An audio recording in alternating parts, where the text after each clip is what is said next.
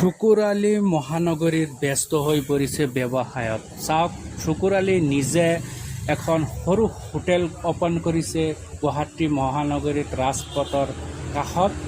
মানুহে সকলোৱে দৰ্শকসকলে তেখেতৰ হোটেলত ভিৰ কৰিছে। আপোনালোকে আহক, ইয়াৰ সোৱাদ লওক। গুৱাহাটী মহানগৰীত শুকুৰ আলীয়ে নতুন এখন হোটেল ব্যৱসায়ৰ তেখেতে আৰম্ভ কৰিছে। তেখেতৰ সোৱাদ ল'বলৈ বহুত মানুহে ভিৰ কৰিছে। আপুনি য'তেই আছে অতি সোনকালে আপুনিও আহক আৰু গুৱাহাটী মহানগৰীত আহি আপোনালোকে শুকুৰ আলীক দেখা পাব।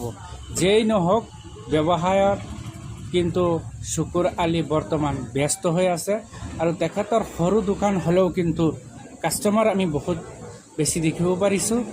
আমি কামনা কৰিছোঁ যাতে ব্যৱসায়ত তেখেতে অতি সফল হয় অতি সোনকালে।